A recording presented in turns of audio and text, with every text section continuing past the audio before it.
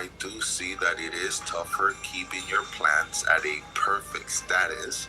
So I would recommend using nutrient lines like front row or even remove nutrients, which I've grown with in the past, and it made it a lot easier to keep my plants looking perfect. I'm not saying that it can be done, I'm just saying it could be a little tougher.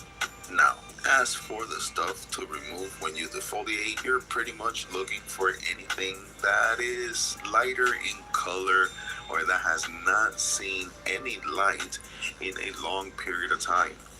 Anything that looks like that, you have to remove from your plants. And one thing you're really going to need would be a really good light. I've been using this Mars Hydro TS3000 for a couple of years now, and it was the one that I broke the record with, so I'm definitely going to be keeping that one around. 350 to 400 watts may sound like much, but that would be what I would recommend for this space. And now the most important tip that I can share with you on this video, of course, would have to do with keeping your temperature and your humidity in check. And trust me, without this, it cannot be done. And now friends, let me demonstrate how this fan is going to be the best tip I can give you on growing in such a small space. Not only is the fan placed in a location close to the fabric pot, helping air flow through them, and at the same time, it acts as an exhaust by pushing all of the hot air out of the tent.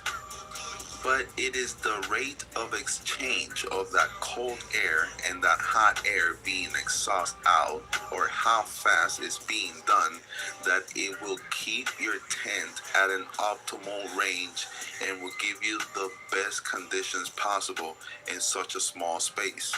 This is how I'm able to keep my tent around 73 degrees. So pretty much the air hits the back of the tent, it goes through the plants, hits the top of the light, and then it comes out. And this would be one of the reasons why I don't use an oscillating fan on top of these plants. There's definitely enough air being pushed through the plants and out of the tent.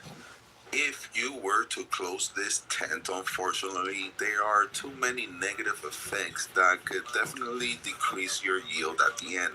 And if you're interested in knowing what those are, and if you have any questions, you could always comment down below as I make sure to write everyone back. And remember, if you need one-on-one help or guidance, maybe a little bit of mentoring all through the process of your grow, you could always contact me on Patreon, where that's exactly what I do for my Patreon members.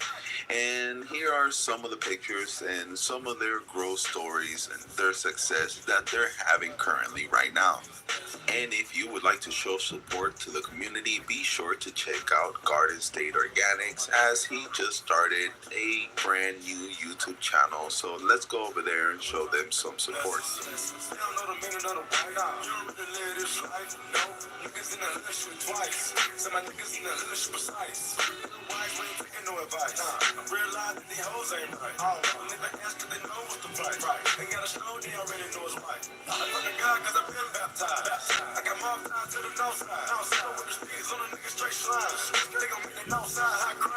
And as always, my friends, I'm not going to take any more of your time because I want you to watch the rest of my videos. But hopefully you gave this one a thumbs up before you watch the other ones. So until next time, this is Grass in Class signing out.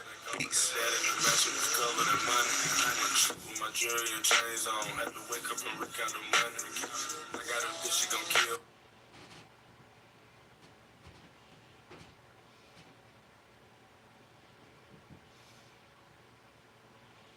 Everybody in New York was calling to get down with Mr. Nice Guy.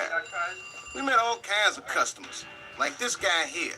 He's what we call an enhancement smoker, because he thinks that marijuana makes every activity that much better. Casa su casa. Observe. You're Scarface, right? Yep. I love Al What Pacino, up, man. Wednesday? Good to see you. You ever see Son of a Woman? Yup. You ever seen Son of a Woman? Oh, we. You know, sitting here doing some video That's the way to reviews, say it, putting in man. that homework.